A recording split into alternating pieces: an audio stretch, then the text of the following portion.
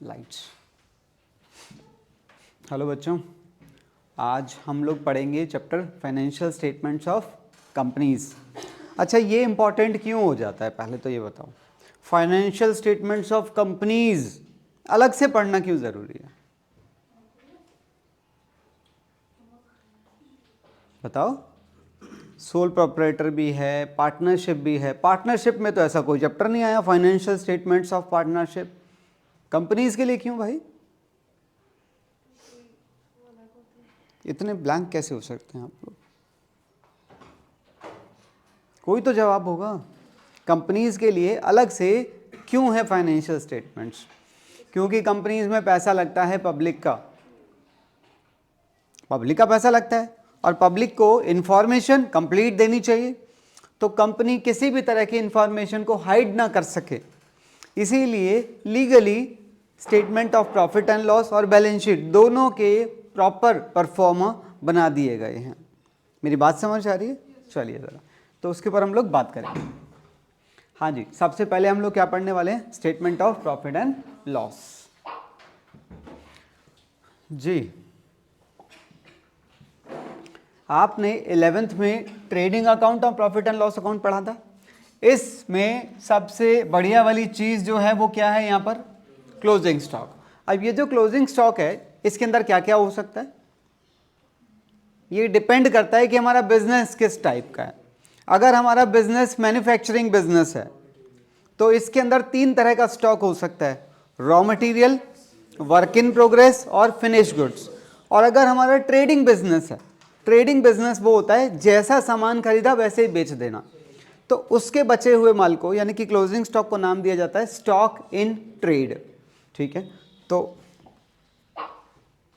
जी जैसे यहाँ पर एक बिजनेस है, क्या खरीद रहे हैं? लकड़ी। क्या बना रहे हैं? तो जब ईयर का एंड होगा तो इसका 3 तरह का माल बच सकता है। हो सकता है कुछ लकड़ी की फॉर्म में बच जाए, हो सकता है कुछ आधी बनी हुई कुर्सियां यानी कि वर्क इन प्रोग्रेस बच जाए, और हो सकता है कुछ फिनिश गुड्स बच जाए, बनी हुई कुर्सियां जो बिकी नहीं है। तो इसका 3 तरह का क्लोजिंग स्टॉक यहां पर नजर आएगा, हाँ या ना? Very good. तो जैसे मैंने बताया, इसका क्लोजिंग स्टॉक कितने तरह का हो सकता है? अब भाई जब इसका क्लोजिंग स्टॉक 3 तरह का हो सकता है तो इसका ओपनिंग स्टॉक भी तो 3 तरह का पॉसिबल है। इसके परचेज में क्या होगा भव्य? बीच में कोई और नहीं बोलेगा। हाँ जी, बिल्कुल ठीक है। ये सिर्फ एक ही चीज खरीद सकता है, क्या?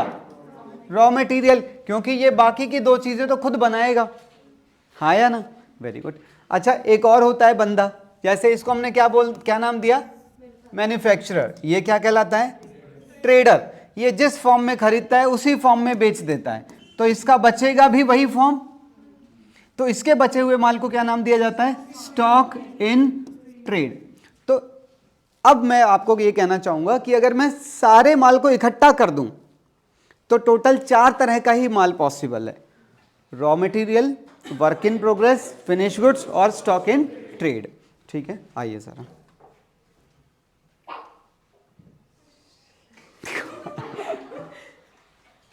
आइए देखिए ज़रा, मैंने ना बस इसके आइटम्स को ना एक्सपेंड कर दिया है। जैसे कि अगर मैं यहाँ इसकी बात करूँ तो इसके अंदर क्या हो सकता है?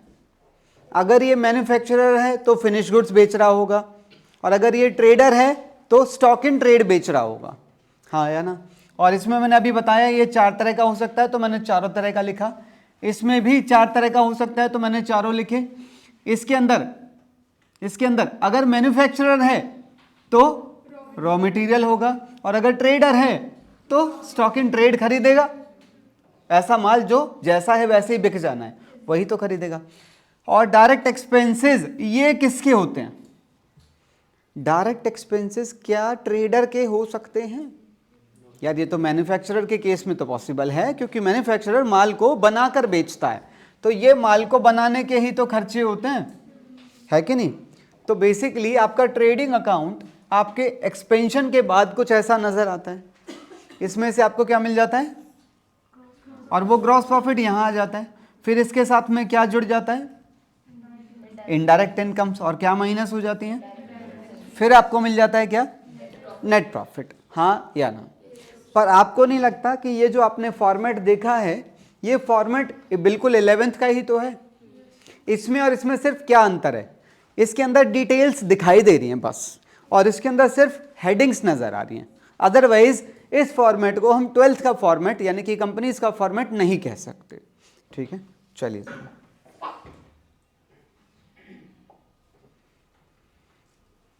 मैंने अभी जहां से शुरुआत करी वो मैं बता देता हूं कि सोल प्रोपराइटर, इसके लिए कोई भी लीगल फॉर्मेट नहीं है। किसका? फाइनल अकाउंट्स का, क्योंकि उसका अपना ही तो पैसा है, किससे छुपाएगा। पार्टनरशिप में मिनिमम 2 मैक्सिमम 50, इनके लिए भी लीगल फॉर्मेट नहीं है। क्यों?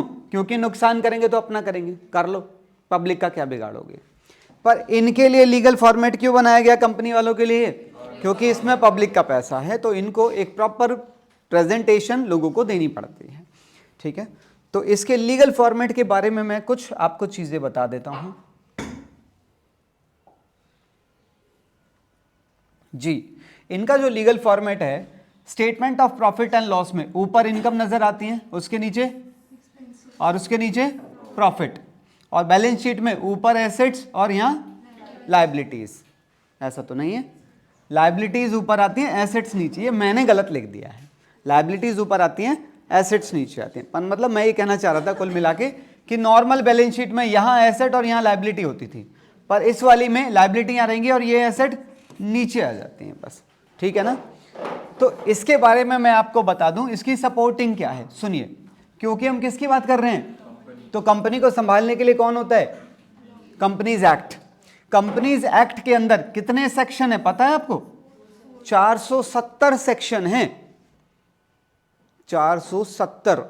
उसमें से 470 तो छोड़ो, मैं आपके सामने 10 भी डिस्कस नहीं कर सकता, क्योंकि अभी आप उस लेवल पे नहीं है। 470 में से कुछ सेक्शंस मैंने यहां पर लिख दिए ताकि आप उसको थोड़ा रिलेट कर पाएं। जैसे उसका पहला सेक्शन पता है क्या कहता है? Extent and applicability of the act, कि ये वाला कानून किसके ऊपर लगेगा, ये सेक्शन 1 में बता रखा है। सेक्शन 2 में क्या बता रखा है? डेफिनेशंस बता रखी है, कंपनीज किसे कहते हैं, शेयर होल्डर किसे कहते हैं, शेयर किसे बोलते हैं, ये सब इस तरह की चीजें। सेक्शन 3 में क्या है कि कंपनी की फॉर्मेशन कैसे होगी। सेक्शन 43 में क्या है?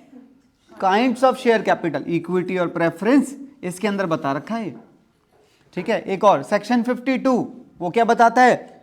यूजेस ऑफ सिक्योरिटी प्रीमियम, 5 बताए थे ना यूजेस, तो वो इसके अंदर बता रखे हैं। वो मैंने नहीं सिखाया आपको, वो इसके अंदर लिखे हुए हैं। ठीक है, वो किसी ने नहीं सिखाया आपको।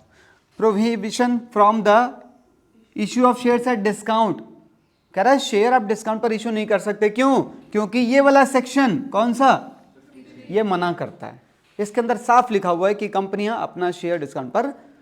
खैर मैं आपको ये सेक्शन नहीं सिखा रहा हूं, मैं तो बता रहा था इस तरह के ये सारे सेक्शन किसके अंदर लिखे हुए हैं, ये कंपनीज एक्ट के अंदर लिखे हैं। खैर इसी के अंदर एक चीज और लिखी हुई है, इसके अंदर 7 शेड्यूल दे रखे हैं। आप पूछना मत पहला शेड्यूल किसका है, दूसरा किसका है, तीसरा किसका है, आपको एक याद रखना है, इसमें से कौन सा? Schedule number 3। शेड्यूल नंबर 3 के 2 पार्ट हैं, पार्ट 1 और पार्ट 1 क्या देता है? बैलेंस शीट का फॉर्मेट देता है, और पार्ट 2 क्या देता है? Statement of profit and loss, यानी कि ये वाला हिस्सा बैलेंस शीट का परफॉर्मा देता है और ये वाला हिस्सा statement of profit and loss का परफॉर्मा देता है। तो ये मेरा बनाया हुआ नहीं है, ना ही किसी और का बनाया हुआ है, ये लीगल है जो आपको हम बताएंगे आज। चलें आगे, आइए।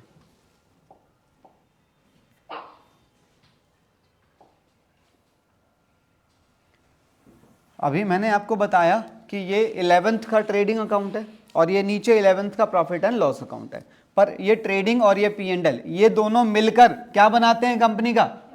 Statement of profit and loss. तो ये कैसे बनता है? जो आपकी सेल्स है इसे यहाँ पर क्या नाम दिया गया है? Revenue from operation.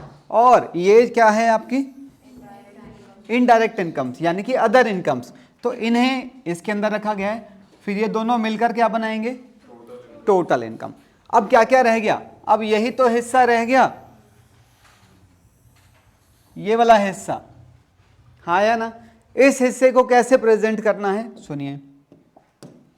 इसके अंदर से रॉ मटेरियल 3 जगह पर लिखा हुआ है। तो रॉ मटेरियल वो होता है जिसकी फॉर्म चेंज करके उसे बेचा जाता है। तो इसे आपको कैसे दिखाना है? रॉ मटेरियल का क्या दिखाया जाता है? कंजम्पशन, कंज्यूम नहीं, कंजम्पशन। और कंजम्पशन की वैल्यू कैसे निकलती होगी? Opening stock plus purchases minus closing. मेरी बात समझ आ रही है? तो इसको मैं कनेक्ट करूंगा अगली स्लाइड में अमाउंट के साथ। जी, ये 4000 ये रहा, ये सारी इनकम ये रही। अब raw material opening plus purchases minus, तो ये मैंने ब्रैकेट में भी लिखा है, तीनों से मिलकर वैल्यू क्या आ गई है? 250। आप देख भी सकते हैं 200 रुपये प्लस 100 कितना हो गया? 300 खर्चे में है और 50 रुपये खर्चे में नहीं है। वो क्लोजिंग स्टॉक तो 250 रुपये का ही तो खर्चा है नेट, तो वो 250 रुपये वहां दिख रहा है। अच्छा, रॉ मटेरियल 3 जगह पर था तो मैंने उसकी क्या दिखाई? कंजम्पशन। पर स्टॉक इन ट्रेड भी 3 जगह पर है, ये रहा और इसकी कंजम्पशन शो नहीं होती। रीजन, उसकी कंजम्पशन कैसे हो सकती है? वो तो जिस फॉर्म में है वैसे ही चला जाता है। इसीलिए आपको क्या करना है, ये क्या है? स्टॉक इन ट्रेड की परचेज वैल्यू। तो स्टॉक इन ट्रेड की परचेज वैल्यू अलग दिखानी है आपको, और स्टॉक इन ट्रेड ये वाला बच गया और ये वाला बच गया, हाँ या ना? तो क्या क्या बच गया सुनिएगा, ये 3 बच गए यहां से और यहां से ये 3 बच गए। इनका आपस में क्या दिखाना है आपको? चेंज दिखाना है। चेंज यानी कि ओपनिंग माइनस क्लोजिंग। तो ओपनिंग वैल्यूज में से क्लोजिंग वैल्यूज को माइनस करो तो वो तीनों यहां पर दिखाई देने लग जाएंगे। बात समझ आ रही है? किसी का कुछ पूछना हो? अच्छा, उसके अलावा ये हो गया, ये हो गया, ये हो गया, ये हो गया, और हमने यहां से ये कवर कर लिया है। हाँ, अगर मैन्युफैक्चरिंग बिजनेस है तो स्टॉक इन ट्रेड नहीं आएगा, पर मैं तो हर टाइप के बिजनेस की बात कर रहा हूं, किसी एक की बात नहीं कर रहा। ठीक है? अच्छा, उसके अलावा क्या रह गया? ये वाला हिस्सा ही तो रह गया। अब इसके अंदर खर्चों के कितने हेड हैं? बहुत सारे, पर यहां पर सिर्फ कितने हेड बनाए गए हैं? 1 2 3 और, तो इन यहां पर 10 हो, 20 हो, 50 हो, 100 हो, कितने भी हो हमें कोई फर्क नहीं पड़ता। हम उन सबको सिर्फ 4 ही ग्रुप्स के अंदर दिखाएंगे और उन चारों के हमको क्या बनाने पड़ते हैं? Working notes. तो उसके अंदर ये चले जाएंगे। इनको वर्किंग नोट्स ना कह के नोट्स टू अकाउंट्स बोला जाता है, नोट्स टू अकाउंट्स बोला जाता है। आपको किसी आइटम को लेके कंफ्यूजन है तो आप बता सकते हो।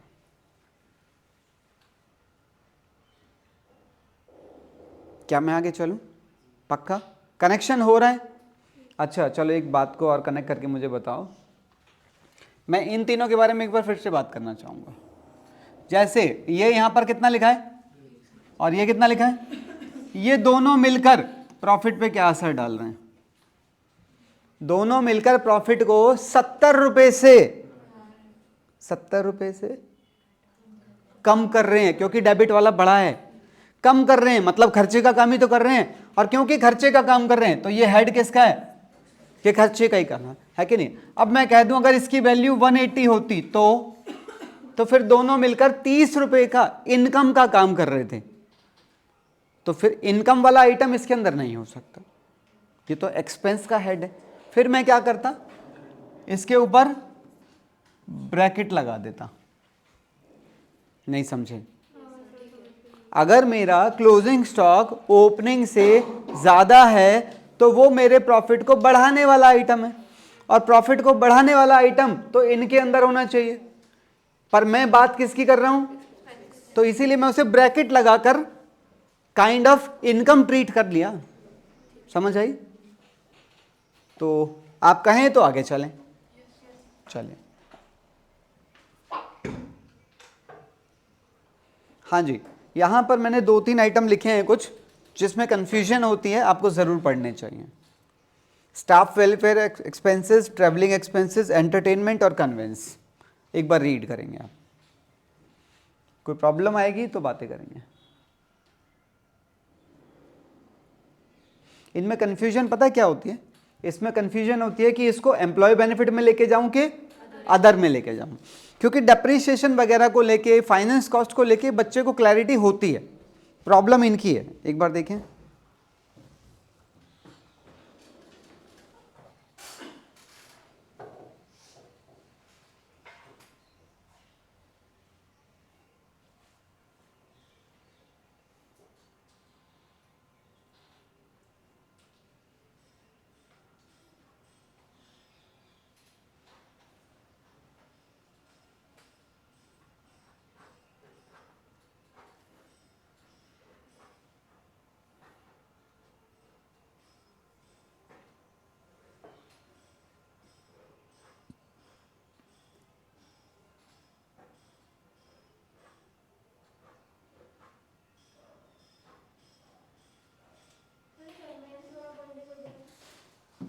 कन्वेंस वाला पॉइंट क्या था, सुनो।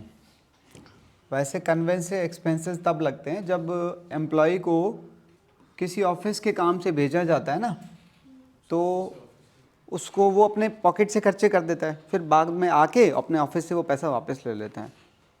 तो इसमें एम्प्लॉय को कोई बेनिफिट तो होता नहीं है ना। बेनिफिट तो कंपनी को ही हो रहा है इसका, क्योंकि कंपनी ने अपने काम से भेजा था। तो वो जो भी खर्चा हुआ है उसके आने पे, जाने पे, रुकने पर, सब कुछ, सारा खर्चा। एम्प्लॉय बेनिफिट मतलब जो एक्स्ट्रा मिले। एम्प्लॉय बेनिफिट मतलब जिसका डायरेक्ट बेनिफिट एम्प्लॉय को मिले। हम वेजेस दे रहे हैं, उसका फ़ायदा उसे मिलेगा। सैलरी दे रहे हैं, उसका फ़ायदा उसे मिलेगा। स्टाफ वेलफेयर के खर्चे हैं, उसका फ़ायदा उसे मिलेगा। समझे? हाँ, वो वाला खर्चा बताने के बाद जब क्या कहते हैं कंपनी गाड़ी देती है उसको, एम्प्लॉयर को, अपने घर से और ऑफिस तक के लिए, हाँ, तो उसमें भी कंपनी का अपना ही फ़ायदा होता है, उसको टाइम से अपने पास बुलाना। तो वो भी अदर एक्सपेंस। हाँ, वो एम्प्लॉय बेनिफिट नहीं जाएगा। नहीं, मैंने बताया ना, उसके पीछे भी ऑब्जेक्टिव यही रहता है कि एम्प्लॉय टाइम से आपके पास आ जाए।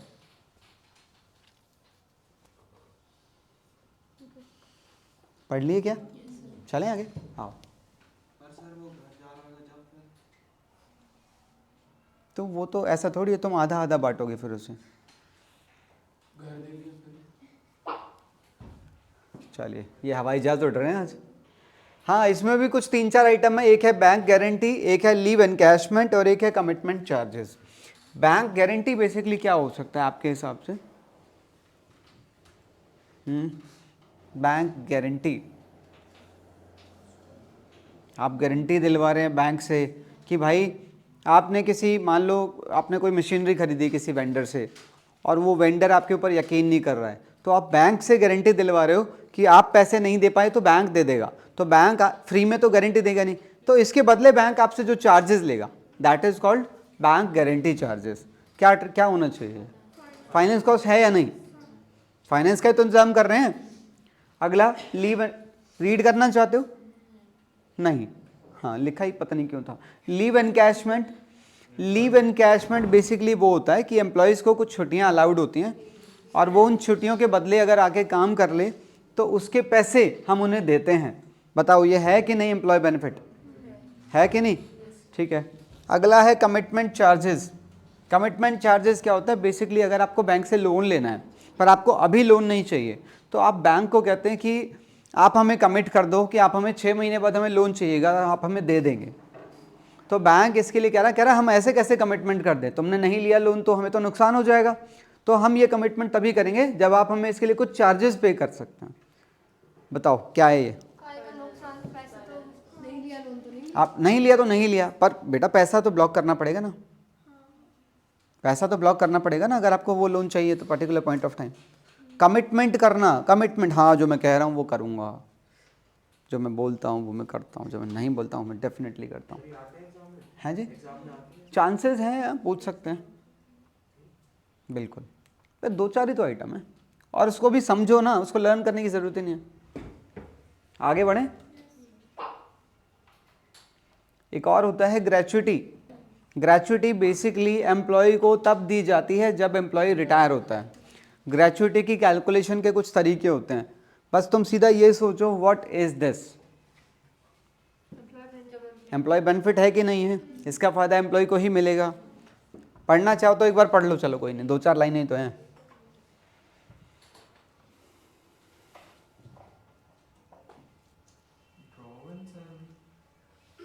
हाँ, लास्ट सैलरी जो हम उससे देंगे ना, मान लो वो 25 साल उसने काम किया, तो 25वें साल का जो आखिरी महीना होगा, जैसे मान लो वो सितंबर में छोड़ के जा रहा है, तो जो लास्ट सैलरी उसे देंगे उस सैलरी के बाद मिलकर। खैर आपको ये कैलकुलेशन थोड़ी याद रखनी है, आपको तो मीनिंग पता होना चाहिए बस ग्रेचुइटी का। बढ़े। प्रोविडेंट फंड, प्रोविडेंट फंड ये भी एम्प्लॉय को ही दिया जाता है। बस इसके अंदर क्या होता है, कुछ हिस्सा एम्प्लॉय की सैलरी से काट के और कुछ बिजनेसमैन अपनी अलमारी में से, यानी कि अपने बिजनेस के फंड्स में से, तो दोनों को मिलाकर गवर्नमेंट के पास डिपॉजिट करवा देते हैं और वो एम्प्लॉय को कब मिलता है? ज़रूरत के समय पर। ठीक है।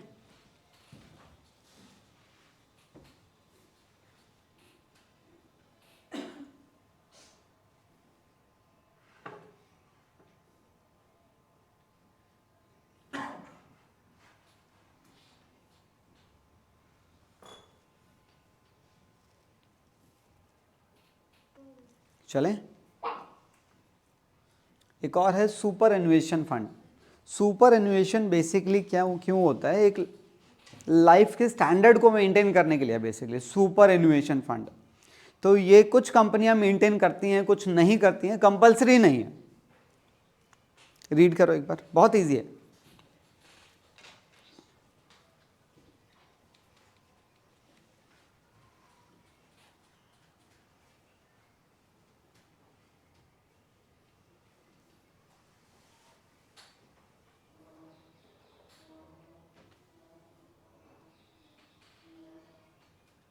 सर नीचे से 4 पॉइंट बताना, कंपनी कैन मेंटेन सुपर।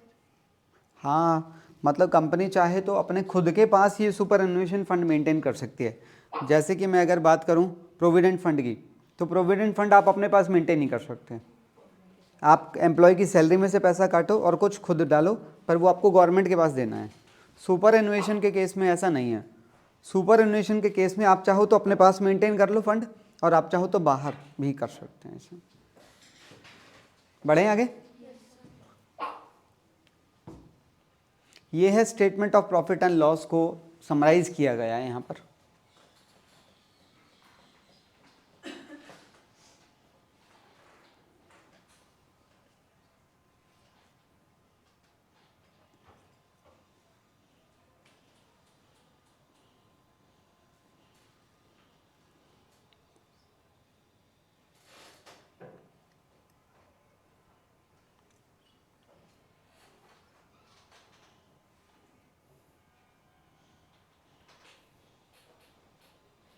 जो रीड कर रहा है वो बेवकूफ़ है, जो कनेक्ट कर रहा है वो समझदार है।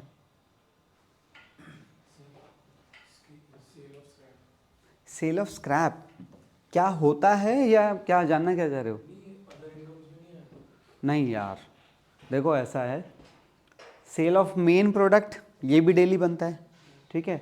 सेल्स रिटर्न तो तुम जानते ही हो, ठीक है। Sale of by product and sale of scrap, ये बेसिकली वो चीज़ें जो रेगुलर होती हैं। आप में कोई माल बना रहे हो तो वो डेली बन रहा है, तो स्क्रैप भी तो डेली बन निकलेगा। बस आपकी फ्रीक्वेंसी ऑफ सेल में फ़र्क हो सकता है। माल आपका डेली बिक रहा है, पर स्क्रैप आप पहले इकट्ठा कर लेते हो, इकट्ठा कुछ दिन का, फिर आप बेचते हो, पर वो उसका प्रोडक्शन तो डेली हो रहा है ना। आपका ऑब्जेक्टिव नहीं है स्क्रैप निकालना, पर वो तो भाई निकलेगा ना। जब आप मेन प्रोडक्ट बनाओगे तो स्क्रैप निकलेगा।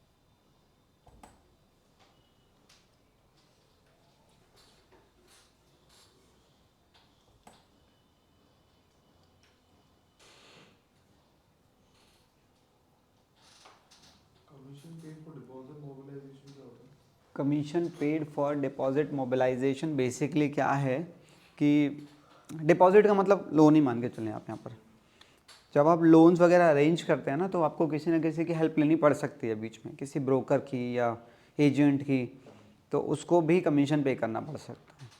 और अगर आप ऐसा कुछ पे कर रहे हैं तो वो भी फाइनेंस कॉस्ट का पार्ट रहेगा। बताना जब हो जाए। फ्रेट क्या होता है?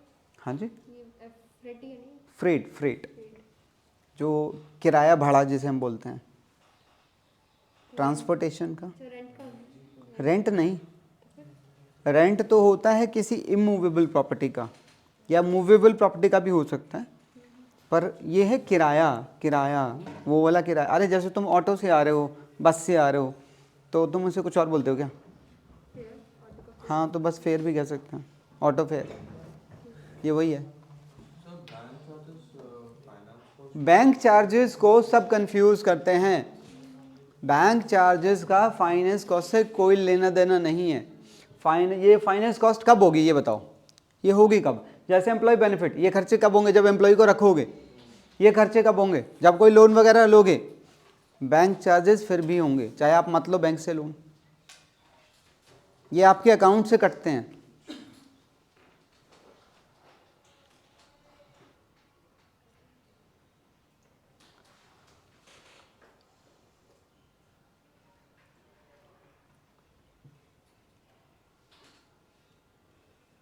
हो गया सर। चलें,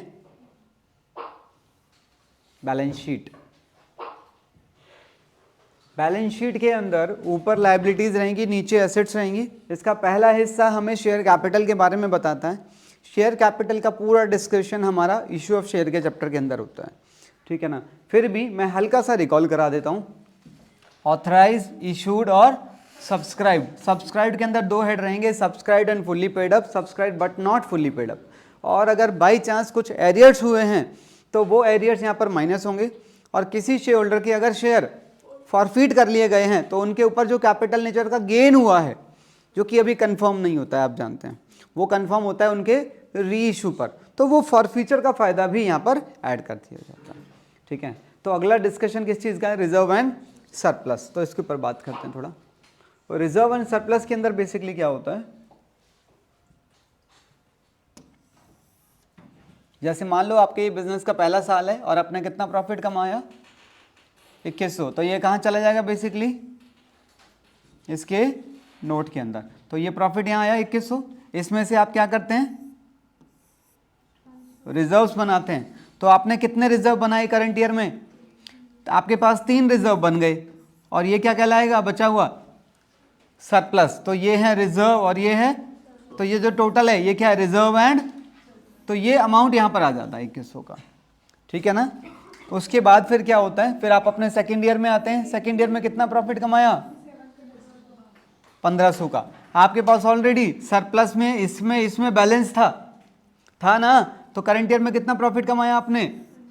तो टोटल प्रॉफिट कितना हो गया? इसमें से आप फिर रिजर्व बना रहे हैं आप नए वाले, और एक रिजर्व नया भी बनाया है। तो ये रिजर्व का कौन सा बैलेंस है? क्लोजिंग। और ये रिजर्व के कौन से बैलेंसेस थे? ओपनिंग। और ये सरप्लस का क्लोजिंग बैलेंस है और ये सरप्लस का ओपनिंग बैलेंस। तो ये जो क्लोजिंग बैलेंसेस है ये मिलकर आपको क्या दे देंगे? सरप्लस की वैल्यू। अच्छा, इसमें ऐसा नहीं है कि वो आपसे कोई इस तरह का क्वेश्चन पूछने वाले हैं। पूछना वही है कि हेड और सब हेड क्या होगा, बस आपको थोड़ा सा याद रखना पड़ेगा रिजर्व के बारे में। पर आप देख रहे हैं एक रिजर्व और भी होता है जो यहाँ पे बनता ही नहीं है, फिर भी इसके अंदर होता है, वो security premium reserve. Security premium reserve भी इसी के अंदर दिखता है, हालांकि उसका जन्म करंट ईयर के प्रॉफिट्स में से नहीं होता, ठीक है। आगे चलते हैं। क्या जी? कैपिटल रिजर्व उसी वो भी एक कैपिटल रिजर्व भी है। बेसिकली कैपिटल रिजर्व भी एक ऐसा ही रिजर्व है, उसका जन्म भी अलग हो जाता है, उसका करंट ईयर के प्रॉफिट में से नहीं होता है वो, ठीक। हाँ, वो भी इसी के अंदर आएगा। रिजर्व सारे इसी के अंदर आएंगे, ठीक है। अगला हिस्सा है हमारा लायबिलिटीज़ के बारे में। पर लायबिलिटीज़ को हम 2 हिस्सों में बांट देते हैं। ऐसी लायबिलिटीज़, ये बैलेंस शीट बन कब रही है? 31 मार्च 2020 को बना रहे हैं हम फिलहाल। तो 31 मार्च 2020 को हम क्या चेक करेंगे कि हमारे पास जितनी भी लायबिलिटी हैं उसमें से ऐसी कितनी लायबिलिटी हैं जो जल्दी सेटल हो जानी है और ऐसी कितनी है जो लेट सेटल होनी है। तो उसके अकॉर्डिंग हम अपने लायबिलिटीज़ को 2 हिस्से में बांट देते हैं, करंट लायबिलिटी और नॉन करंट लायबिलिटी। और इनका क्लासिफिकेशन करने का कुछ तरीका बताया था। लायबिलिटीज़ को सेटलमेंट चेक करने के लिए एक तरीका बताया था, कंडीशंस बताई थी। अगर इनमें से कोई सी भी कंडीशन पूरी हो रही है, कोई सी 1, 2, 3, समझ रहे हैं आप, अगर कोई मिनिमम एक कंडीशन भी पूरी हो रही है तो लायबिलिटी करंट है, अदरवाइज नॉन करंट है। क्या थी condition? If a liability is expected to be settled within 12 months from balance sheet date. क्योंकि हम ये सारी कंडीशन आज चेक करेंगे, तो आज की डेट से आने वाले 12 महीने के अंदर अंदर अगर लायबिलिटी सेटल होने वाली है तो वो करंट के ग्रुप में जाएगी, अदरवाइज वो नॉन करंट के ग्रुप में जाएगी, ठीक है। दूसरी condition, if a liability is expected to be settled within operating cycle period, तो वो भी फिर क्या बन जाएगी, करंट बन जाएगी, अदरवाइज वो नॉन करंट रहेगी, ठीक है। थर्ड वाला अभी छोड़ दो, ठीक है, आगे बढ़ें। हाँ, अगर से बैलेंस शीट के 12 महीने बाद तक है पर ऑपरेटिंग साइकिल 2 ही महीने की है। ऑपरेटिंग साइकिल 2 महीने की है और किसी लायबिलिटी की सेटलमेंट 12 महीने के बाद होनी है, अंदर अंदर अंदर अंदर, तो वो करंट ही है ना यार। पर ऑपरेटिंग साइकिल तो 2 ही महीने। होने दो ऑपरेटिंग, मैंने कहा ना कोई सी एक कंडीशन भी पूरी हो जाए, क्या लिखा है, any any of the condition अगर उसने पूरी करी तो वो करंट बन जाएगी, ठीक है। सर हाँ, जैसे यहाँ सब हेड है other long term liability, okay, अगर इसी जगह में अदर नॉन करंट लायबिलिटी नहीं गलत नहीं होगा, लिख सकते हैं, गलत नहीं होगा। आगे बढ़ें क्या, ये लायबिलिटीज को समराइज किया गया है, देखो एक बार।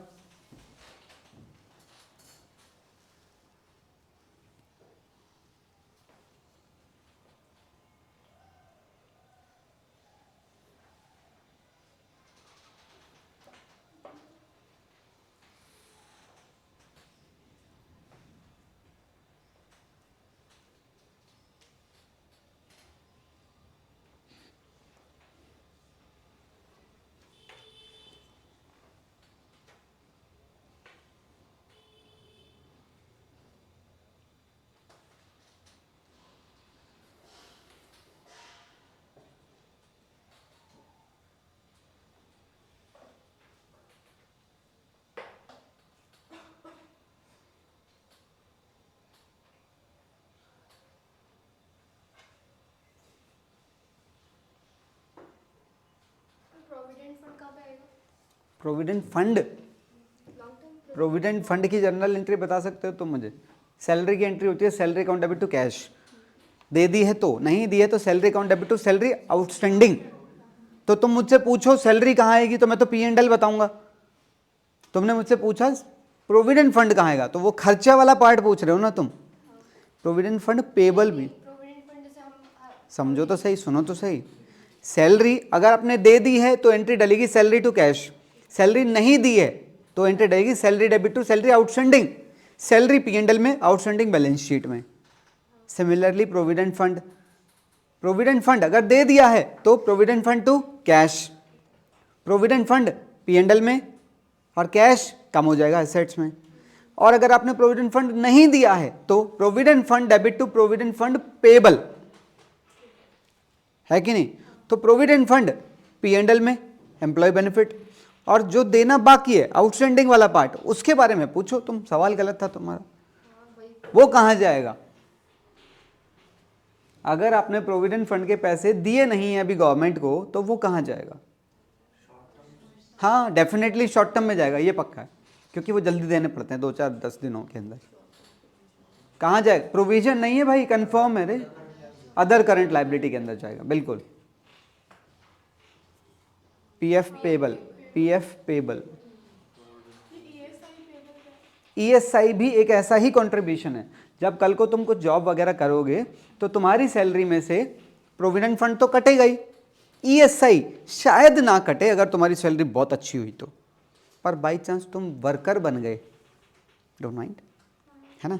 वर्कर तो आप समझते हैं ना, जिनको वेजेस मिलती हैं, तो फिर ऐसे जो वर्कर्स होते हैं उनका देखो इकोनॉमिकली वीक होते हैं, तो उन लोगों के लिए इंश्योरेंस की फैसिलिटी लेना मुश्किल होता है। हम लोग तो सब ले लेते हैं, और बड़ी बड़ी बीमारियां कुछ हो जाती हैं तो हॉस्पिटल में जाके लेट जाते हैं, बिल की कोई टेंशन ही नहीं है, ज़बरदस्ती भी लेट जाते हैं कि चलो 2 दिन वहाँ का खाना खा के आ जाएंगे।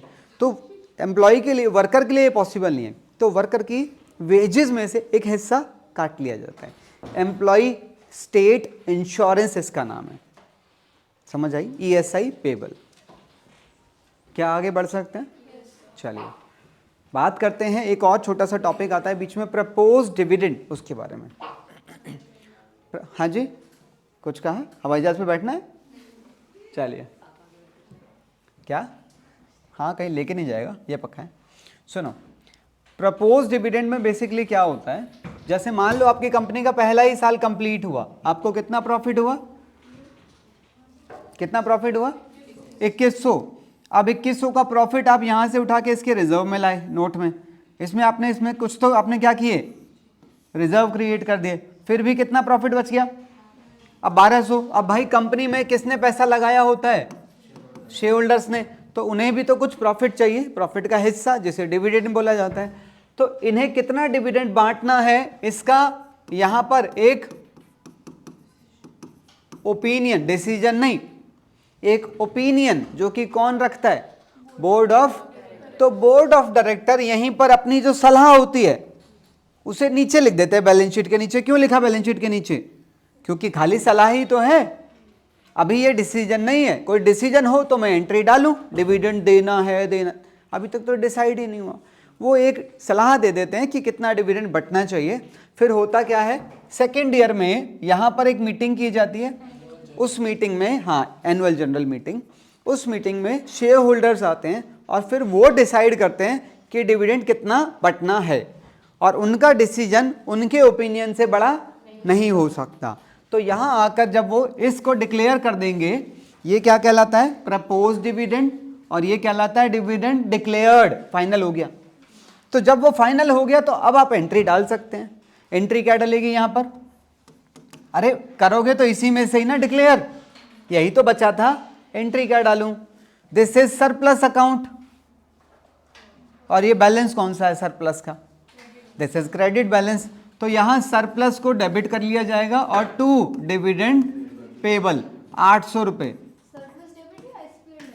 एसपीएल नहीं बेटे, एसपीएल तो गया, अब सरप्लस है आपके पास बैलेंस, उसका बैलेंस जो है वो सरप्लस है। तो रिजर्व एंड सरप्लस ना पूरा? नहीं, only surplus. Why reserve? Reserve थोड़ी यूज करेंगे हम सर साथ तो वो इसलिए है ना क्योंकि बैलेंस शीट में साथ हैं, अदरवाइज दोनों के अकाउंट तो सेपरेट हैं, रिजर्व के अलग हैं और सरप्लस का अलग है।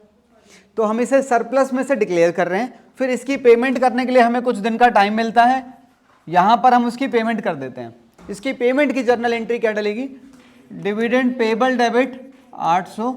अच्छा सोचो तुम इसके पैसे 700 ही दे पाए, 100 रुपये अभी देने बाकी हैं, उसे क्या करोगे? To unclaimed dividend. ये 100 रुपये आपको नहीं लग रहा जब तुम यहां पर बैलेंस शीट बनाओगे तो इस बैलेंस शीट में कहीं तो दिखेंगे? इसके अंदर आएगा ना एक और, अदर करंट लायबिलिटी, उसके अंदर आएगा ये अनक्लेम्ड डिविडेंड, या डिविडेंड पेबल भी इसको बोला जा सकता है। ठीक है, तो ये है प्रपोज डिविडेंड का एक छोटा सा सिस्टम। अगर आपसे पूछे कि प्रपोज डिविडेंड कहाँ दिखाया जाता है तो आप क्या कहेंगे? हाँ, बैलेंस शीट में कंटेंजेंट लायबिलिटीज के अंदर। आप किसी भी लायबिलिटी के अंदर उसे नहीं बताएंगे कि फलानी लायबिलिटी नहीं। अगर वो आपसे पूछे अनक्लेम्ड डिविडेंड कहाँ दिखाया जाता है तो फिर आप बोलेंगे करंट लायबिलिटीज के अंदर, अदर करंट लायबिलिटीज में। ठीक है, आगे बढ़ते हैं। ओह माय गॉड, चलिए अगला डिस्कशन है एसेट्स के ऊपर। जैसे लायबिलिटीज को क्लासिफाई करने के लिए अपने पास 3 कंडीशन होती हैं, एसेट को क्लासिफाई करने के लिए अपने पास 4 कंडीशन होते हैं। शब्दों का फेर समझना। लायबिलिटीज के लिए वो क्या शब्द यूज कर रहा था?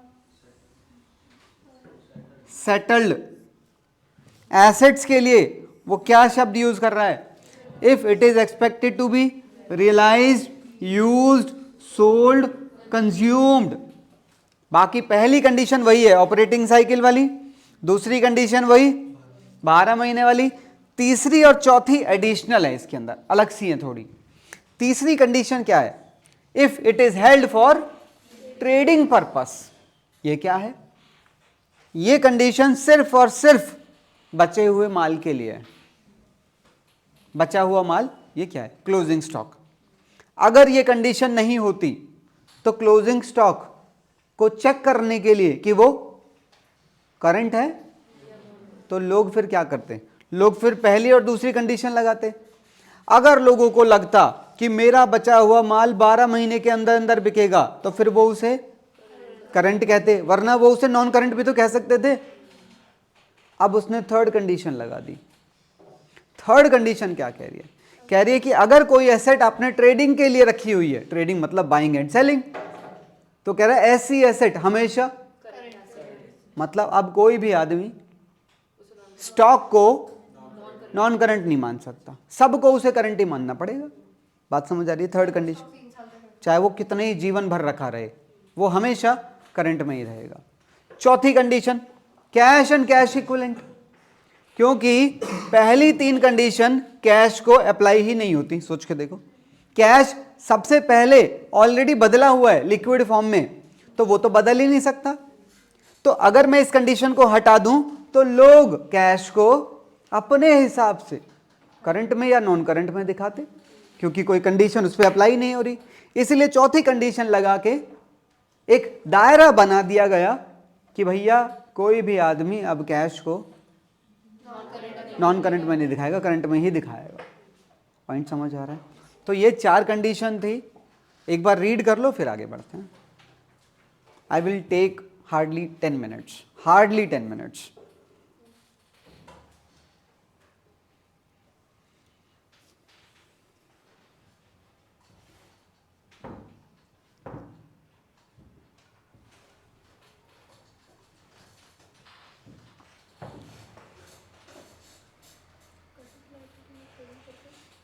चलें आगे। सर करंट लायबिलिटी में ट्रेडिंग का पर्पस? करंट लायबिलिटी में ट्रेडिंग पर्पस है, मैं अभी एक्सप्लेन नहीं करना चाहता। एग्जाम्पल है पर मैं सोच रहा हूँ आप उसको होल्ड करो, कंफ्यूज हो जाओगे। ठीक है, समटाइम्स कुछ ऐसी चीज़ें होती हैं, कुछ लोन्स वगैरह टाइप के, स्पेशली डिबेंचर्स के केस में है ये एक। ठीक है, कोई बात नहीं, आप उसे छोड़ सकते हैं। लायबिलिटीज़ को एक्सप्लेन पहले ही कर लिया था, यहाँ एसेट्स को समराइज किया गया है, चेक करें।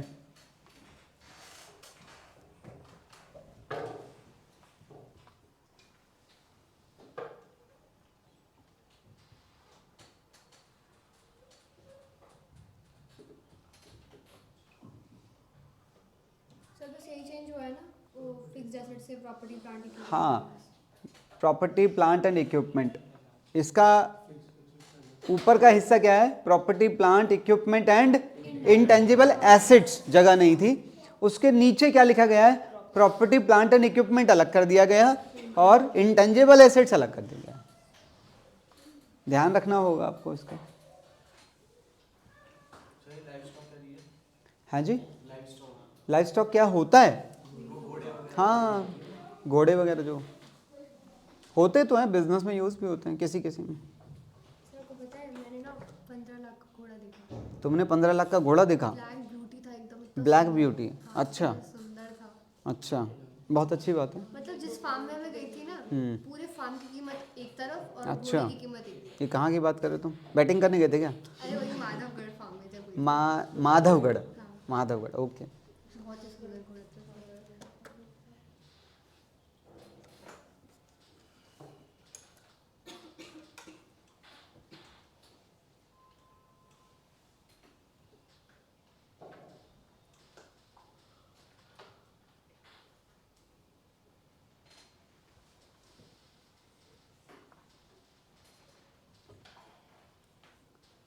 क्या घूरे जा रहे हो? पढ़ लिया क्या? तभी सोच रही थी।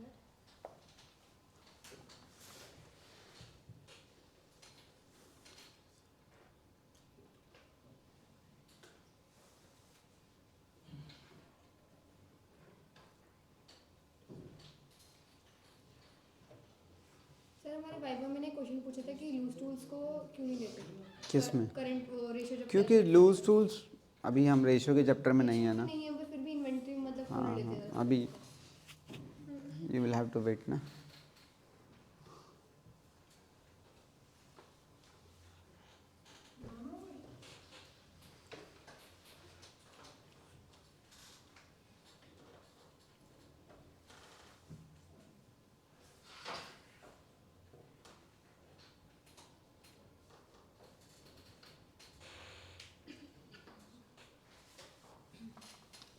Debtors of assets sold with short term.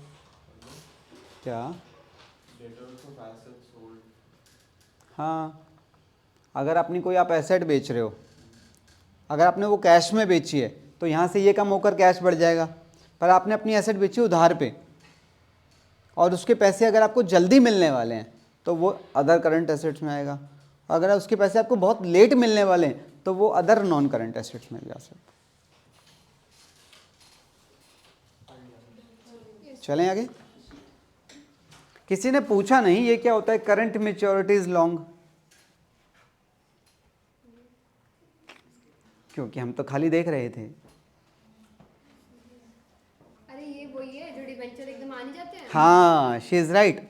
जब कोई भी लोन डिबेंचर वगैरह जब अपने आखिरी सांसें ले रहा होता है, मतलब आपने लोन लिया 10 साल के लिए, तो पहले 8-9 साल तक तो वो कहाँ दिखाई देगा, लॉन्ग टर्म में, पर आखिरी साल में मैच्योरिटी वाला जब उसका टाइम पीरियड आ जाता है तो वो घट के नीचे आ जाता है, उतर के। पता है तो फिर क्यों पूछा? हाँ ऐसे ही आपको पता है बैलेंस शीट के नीचे भी 2 चीज़ें दिखाई जाती हैं, कॉन्टिजेंट लायबिलिटीज एंड कमिटमेंट्स। उनके बारे में बातें कर लेते हैं, ख़त्म नहीं है। कॉन्टिजेंट लायबिलिटीज के बारे में रीड करो, कुछ एग्जांपल्स हैं। मैंने पहले भी कहा था ये एग्जांपल सिर्फ समझाने के लिए यूज़ नहीं करना है, यूज़ करने हैं ये वाले एग्जांपल। रीड करो एक बार। ऐसी लायबिलिटीज जो कंफर्म नहीं हुई हैं, जिनका होना डिपेंड करता है किसी इवेंट पर, किसी घटना पर, ऐसी लायबिलिटीज बैलेंस शीट के अंदर ना दिखाकर बैलेंस शीट के नीचे। अभी पीछे भी मैं डिस्कस करके आया हूं एक प्रपोज डिविडेंड नीचे क्यों दिखाया जाता है, क्योंकि प्रपोज डिविडेंड का अमाउंट यहां पर कंफर्म, इवन ये भी कंफर्म नहीं है कि वो देना पड़ेगा, वो तो मीटिंग में पता चलता है। तो प्रपोज डिविडेंड किसके ऊपर डिपेंड करता है, मीटिंग के ऊपर, इसीलिए उसे भी कॉन्टिजेंट लायबिलिटीज में शामिल किया गया।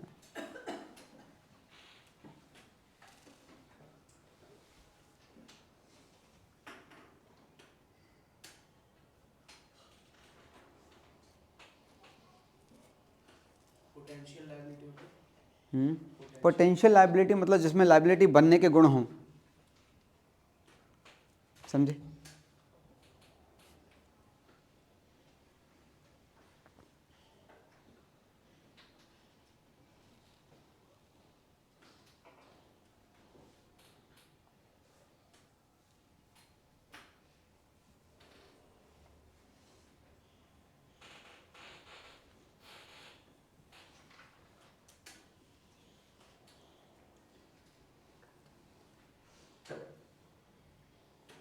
समझ आ गया?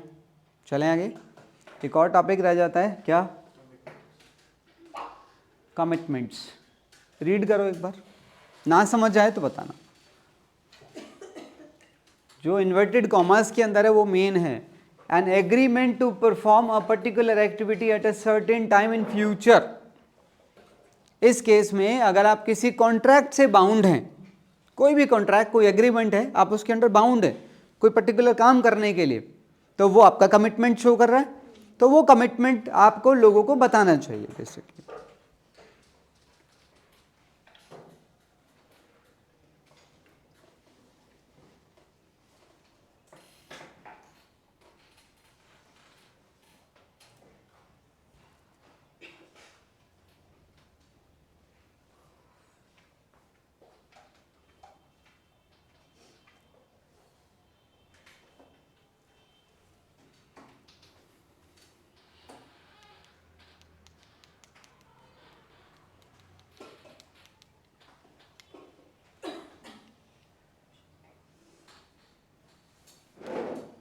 कोई ऐसा एग्जाम्पल जो ना समझ आ रहा हो? अनकॉल्ड अमाउंट जो है, फर्स्ट वन, हाँ, जो हम शेयर में पढ़ते हैं तो वो रिजर्व कैपिटल बोलते हैं ना। सुनो, इससे पहले मेरी बात सुनो। सोचो ये मेरी बैलेंस शीट है, मेरे फाइनल अकाउंट्स हैं, and this is my coaching centre, ठीक है, इजी एक्सेस, ठीक है। अच्छा, जस्ट इमेजिन ये सिमरन, ये तुम्हारी कंपनी का शेयर है और मैं तुमसे ये शेयर मैं खरीद रहा हूँ, ठीक है। बताओ ये मेरी बैलेंस शीट में कहाँ दिखेगा? मतलब कहीं पर भी, P&L में या बैलेंस शीट में, जहाँ तुम कहो। ये पक्का है मेरे पास से कैश गया होगा, तो ये कहाँ दिखेगा? पता नहीं, अरे मतलब उसमें रियली लॉन्ग टर्म एसेट्स में कहाँ पर? अरे ये इसके अंदर दिखेगा, नॉन करंट इन्वेस्टमेंट। और अगर मैं इसे जल्दी बेचने वाला हूँ तो ये इसके अंदर दिखेगा, ठीक है। मानो मैं इसे बाद में बेचने वाला हूँ तो ये मेरे लिए क्या बन गया, ठीक है। अच्छा सिमरन, ये सिर्फ 100 रुपये का है, ठीक है, और मैंने तुमसे यहीं खरीद लिया था, तुमने मेरे से 20 रुपये यहाँ ले लिए, 20 यहाँ ले लिए, 30 यहाँ ले लिए, कितने ले लिए? अभी ईयर एंड हो गया। अब ईयर एंड पे मैं यहाँ पर दिखाऊंगा कितना, 100 के 70। पहले तो ये बताओ मेरी पॉकेट से कैश कितना गया है? तो भाई मेरे पास एसेट भी तो 70 की आई होगी, 100 की थोड़ी आ जाएगी। डिस्काउंट पे मिला हो तो बात अलग है, तो मैं यहाँ पर 70 ही दिखाऊंगा। पर आपको है तो डिस्काउंट अगर मिल, वो डिस्काउंट नहीं, डिविडेंड मिलता है। अगर वो डिविडेंड मिला तो वो डिविडेंड तो मैं इसके अंदर दिखाऊंगा ना, और उसका जो पैसा मिलेगा वो मैं इसके अंदर ऐड कर दूंगा। पॉइंट कुछ और था। मैं कह रहा हूँ आज मेरा ईयर एंड हो गया और ये आज भी मेरे पास है। आपको नहीं लग रहा 30 रुपये के अंदर मैं कमिटमेंट पे हूँ? अगर इसने 30 रुपये मेरे से कल मांगे, परसों मांगे, तो मना कर दोगे, वरना इसे वो फॉरफिट कर लेंगे हमसे, है कि नहीं? तो वो जो 30 रुपये हैं वो हमारे लिए क्या है? अब पढ़ो, समझ आई बात? आगे चलें।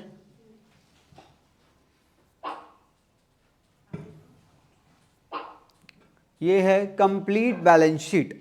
कंप्लीट मतलब जो एक्चुअल होती है, क्योंकि पीछे वाली जो थी ना, पीछे वाली बैलेंस शीट में कुछ हिस्से कटे हुए हैं, ठीक है, वो बिल्कुल कंप्लीट है।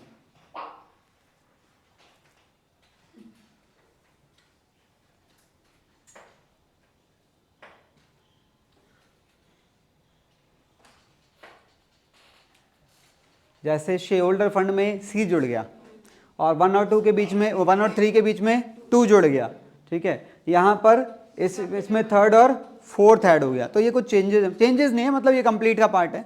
कंप्लीट वैसे आपसे पूछेंगे नहीं, पर आपको पता होना चाहिए। कुछ पूछना है इसके अंदर? नहीं, प्लीज़ बंद कर दो, वैसे भी हम इंटरेस्टेड नहीं थे देखने में, आप ज़बरदस्ती दिखा रहे हैं। हाँ, हटा दूँ? धन्यवाद। नीचे नहीं आता कैश एंड कैश इक्विवेलेंट, हाँ उसमें कोई ऐसी लोड वाली बात नहीं, कर सकते हैं ऊपर नीचे कर सकते हैं। कंप्लीट पूछेगा ही नहीं। लास्ट टॉपिक है एक ग्रुपिंग एंड मार्शलिंग। कंपनी इनमें से कौन सी बैलेंस शीट बनाती है? तुम कहोगे कोई सी भी नहीं है, बस एक हॉरिजॉन्टल और वर्टिकल का डिफरेंस है। कंपनी ये वाली बनाती है। कंपनी में क्योंकि ऊपर नॉन करंट एसेट होती है, नीचे, और ये कौन बनाता है? ये बनाता है सोल प्रोप्राइटर और पार्टनरशिप, और कंपनियों के लिए ये वाली कंपल्सरी होती है। इस टॉपिक का नाम है मार्शलिंग, ग्रुपिंग एंड मार्शलिंग। अब इसी के अंदर ग्रुपिंग का एक एग्जांपल, जैसे डेटर्स के अंदर बहुत सारे डेटर्स शामिल होते हैं, इसके अंदर बहुत सारे क्रेडिटर्स शामिल होते हैं, तो ये क्या कहलाता है? ये कहलाता है ग्रुपिंग। समझ आइए मेरी बात? तो ये हमारा चैप्टर यहीं पर हो जाता है समाप्त। किसी का कोई डाउट है तो बताएं। नहीं? Thank you. साउंड सुनना है? कह रहे साउंड सुना दो एक बार और कर दो। लो